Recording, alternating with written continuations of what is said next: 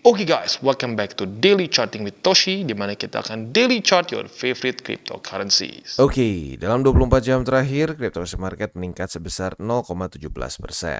Dengan total market cap mencapai di 1,42 triliun US dollars, dengan peningkatan Bitcoin dominan sebesar 0,27% dan peningkatan volume juga sebesar 38,59%. Untuk Bitcoin, terjadi peningkatan sebesar 0,53% dalam 24 jam terakhir, yang membuat Bitcoin kembali di atas dari 37.500-an ya.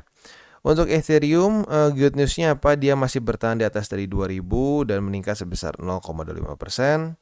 Yang gila adalah BNB. Nah, BNB pump sebesar 5,87%. Kenapa? Ada newsnya ya, kita bahas di belakang. Untuk XRP koreksi 2,21%. Yang signifikan lagi mungkin Doge nyaris Solana ngedam sebesar 7,87%. Oke, selanjutnya sebelum kita masuk ke Economic Calendar, gua akan ingatkan lagi bahwa sekarang TCI sudah aktif di Twitter. Di mana di sini kita tentunya akan membahas segala sesuatu yang berhubungan dengan kripto. Bentuknya bisa analisa, news, dan juga memes. Jadi buat lo yang belum ikutan atau bukan ikutan, lebih tepatnya belum follow, mungkin boleh pertimbangkan untuk follow TCI di Twitter. Nah, sekarang kita akan kembali ke Economic Calendar. Kita geser ke GMT plus 7. Hari ini tanggal 21 November, hari Selasa ya. Dari US akan keluar dua data penting ya, existing home sales. Ini akan keluar dua-duanya jam 10 malam. Datanya harapan kita adalah dia itu lebih rendah daripada ekspektasi ya, berarti lebih rendah daripada 3,9 juta ini kayaknya ya. Nah, itu untuk yang pertama. Yang kedua ini untuk yang per bulannya. Harapan kita juga sama, lebih rendah daripada ekspektasi dan lebih rendah daripada sama ya, kok 3,9 juga.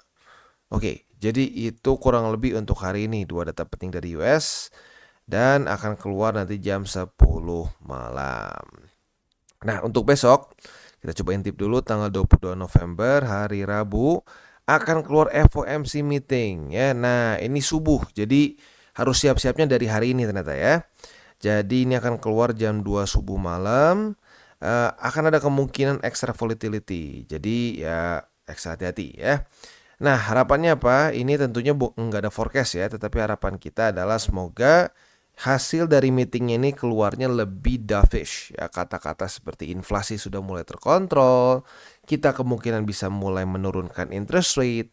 Kalau itu keluar kata-katanya ya, itu akan bisa membuat indeks dolar kembali melemah dan membuat risk on asset cenderung meningkat ya. Nah, selanjutnya nanti jam 8:30 besok akan ada core durable goods, ada juga initial jobless claim, dan juga ada crude oil inventories ya. Jadi besok lumayan padat. Nah, selanjutnya kita akan geser ke newsnya dan ini tentunya langsung berhubungan dengan BNB atau Binance ya.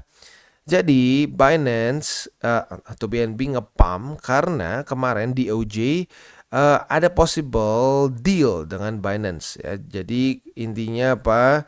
Intinya Department of Justice sedang mencari 4 miliar US dollars dari Binance untuk menyelesaikan permasalahan hukum mereka. Jadi kayak denda lah ya.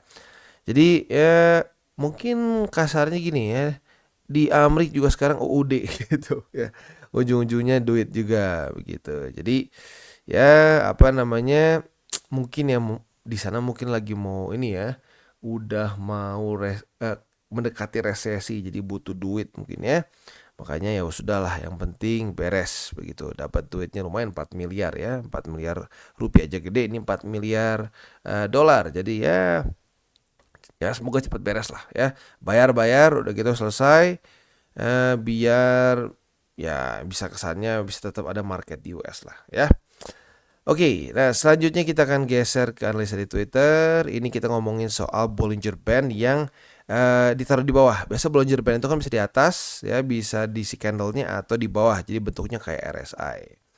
Nah, ini ada hal yang unik ya, di mana angka 0,88% Bollinger Band ini seringkali menunjukkan masa-masa bullish dari Bitcoin dan masa-masa bearish juga. Jadi gini, kalau tembus itu biasanya akan menunjukkan awal dari bull market yang lumayan parabolik gitu ya. Atau mungkin maksudnya gini, ke bull market ya, atau bull cycle yang parabolic movementnya. Kalau kita di sini ini sering kali masuk dalam bear market ya. Ini masuk ke dalam pre-bull di mana ya sering terjadi konsolidasi seperti ini ya. Konsolidasi seperti ini dan seterusnya. Tetapi saat di monthly-nya Bollinger Band ini menembus 0,88%, kalau kita lihat secara 3 kali sebelumnya, apa yang terjadi ya? Saat tembus 0,88 parabolic ya. Jadi untuk sampai sekarang at least ya, ini menunjukkan bahwa statistiknya ya kita akan mulai merasakan parabolic move nih ya. Jadi ya kita lihat nih apakah Bitcoin akan parabolic mungkin ke 50.000, jangan-jangan ke all time high ya. Nah, jadi kurang lebih seperti itu. Dan uniknya juga apa? At least ya 3 kali yang terakhir mirip-mirip secara waktunya. Ini 2 tahun lebih 3 bulan, 2 tahun lebih 9 bulan, ini 2 tahun lebih 7 bulan. Jadi ya mendekati nyaris 3 tahun lah. Nah, yang awal enggak mendekati ya 10 bulan. Jadi secara statistiknya ini lumayan rapi untuk kita perhatikan ya. Jadi siap-siap, jangan-jangan kita akan mulai merasakan parabolic move ya. Nah, untuk Bitcoin kita bisa di sini secara TA-nya overall doing good ya, sesuai dengan PR kemarin. Dia berhasil mempertahankan 37.324 gitu ya. Nah, sekarang PR-nya masih sama seperti kemarin, bertahan di atas dari 37.324. Kalau bisa daily close di atas dari sini ya. Ini struktur baru, kita bikin struktur baru ya, resisten baru yaitu di angka 37.881. Kalau bisa di atas ya. Itu PR untuk Bitcoin ya secara di daily. Untuk di weekly-nya kita bisa lihat di sini dia doing very good actually ya, very good. Dia malah sama sekali belum mendekati ketika 2.500-an.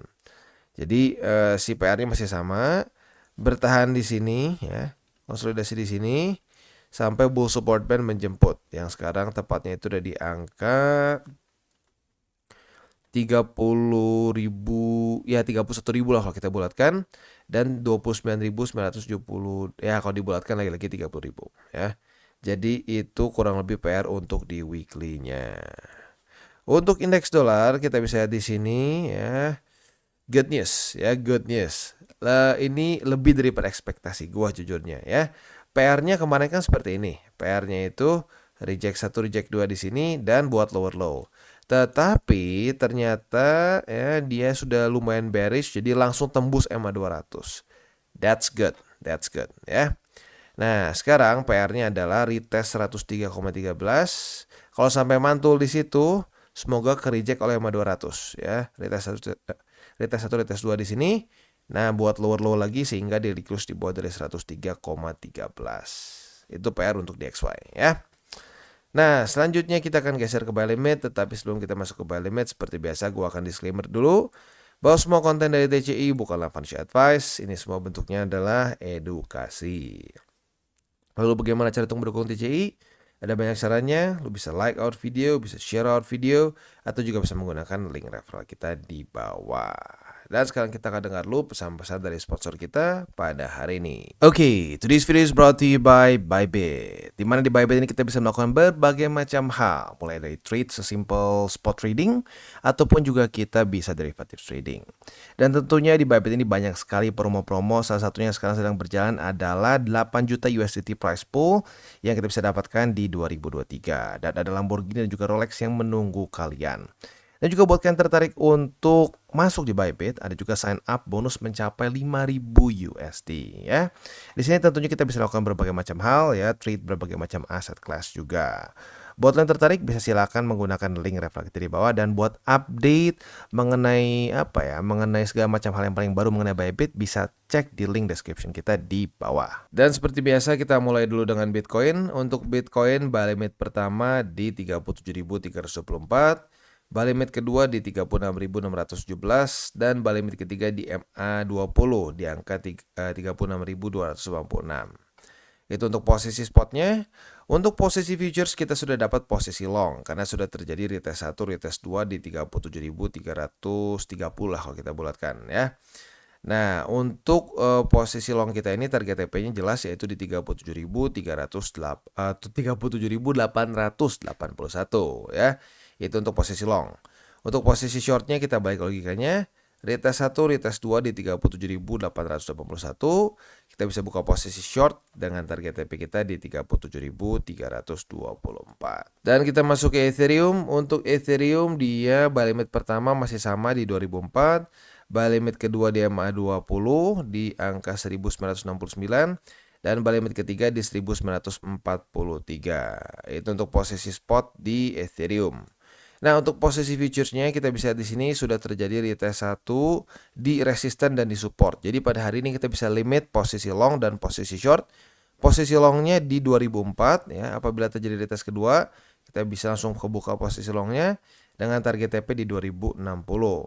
Sementara posisi shortnya apabila terjadi retest kedua di 2060 sebagai resisten dan kita bisa buka posisi short dengan target TP di 2004. Dan kita masuk ke Polkadot. Untuk Polkadot kita bisa lihat di sini sayangnya kemarin dia kehilangan buy limit pertama dia. Jadi untuk sekarang buy limit yang tersisa adalah buy limit kedua di $5 lebih 17 sen dan MA20 yang confluence. Dan di bukan di MA, tapi di buy limit ketiga itu di $4 lebih 99 sen. Itu untuk posisi spotnya, buy limit kedua, buy limit ketiga. Nah, untuk posisi futuresnya kita bisa lihat di sini dia sudah mendekati ke $5 lebih 17 sen. Apabila terjadi retest 1, retest 2 di sini sebagai support, kita bisa buka posisi long dengan target TP di $5 lebih 40 sen. Sementara posisi shortnya tinggal kita balik logikanya. Retest 1, retest 2 di $5 lebih 40 sen.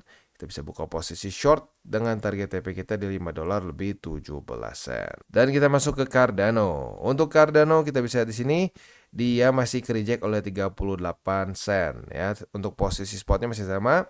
Buy limit pertama di 37 sen, buy limit kedua di 36 sen atau sampai 20 dan buy limit ketiga di 33 sen. Itu untuk posisi spot. Posisi futuresnya kita sudah punya posisi short karena sudah terjadi retest 1, retest 2 di 38 sen sebagai resisten ya. Nah, target TP kita untuk posisi shortnya adalah di angka 37 sen ya. Untuk posisi longnya kita tinggal balik logikanya. Retest 1, retest 2 di 37 sen sebagai support. Kita bisa buka posisi long dengan target TP kita di 38 sen. Dan kita masuk ke Solana. Untuk Solana sayangnya buy limit pertama gagal dipertahankan. Jadi untuk sekarang yang tersisa adalah buy limit kedua di $51 lebih 40 sen.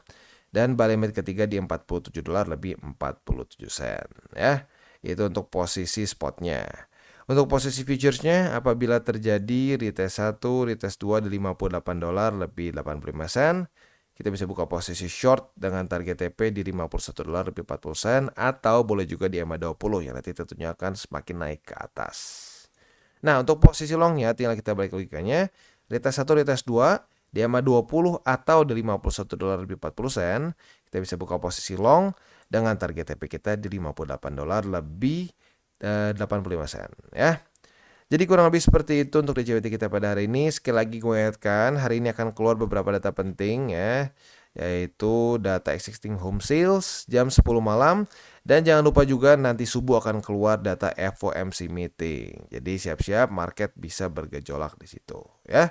Dan jangan lupa jangan pakai uang panas, jangan over leverage dan berpikirlah jangka panjang untuk kripto. Dan nyaris lupa ya, untuk yang konservatif punya posisi futures, kalau sudah dekat jam segini dan belum kena target TP, pertimbangkan untuk TP secara manual. Just in case volatility-nya tidak sesuai dengan harapan. Oke guys, jadi itu adalah akhir dari segmen DCWT kita pada hari ini.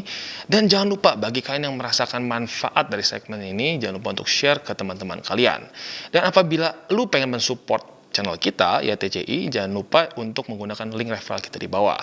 Nggak wajib ya, tetapi apabila lu menggunakan link referral kita di bawah, ada macam-macam ya, dari Bybit, Huobi, Maxi, toko kripto, dan banyak lagi ya.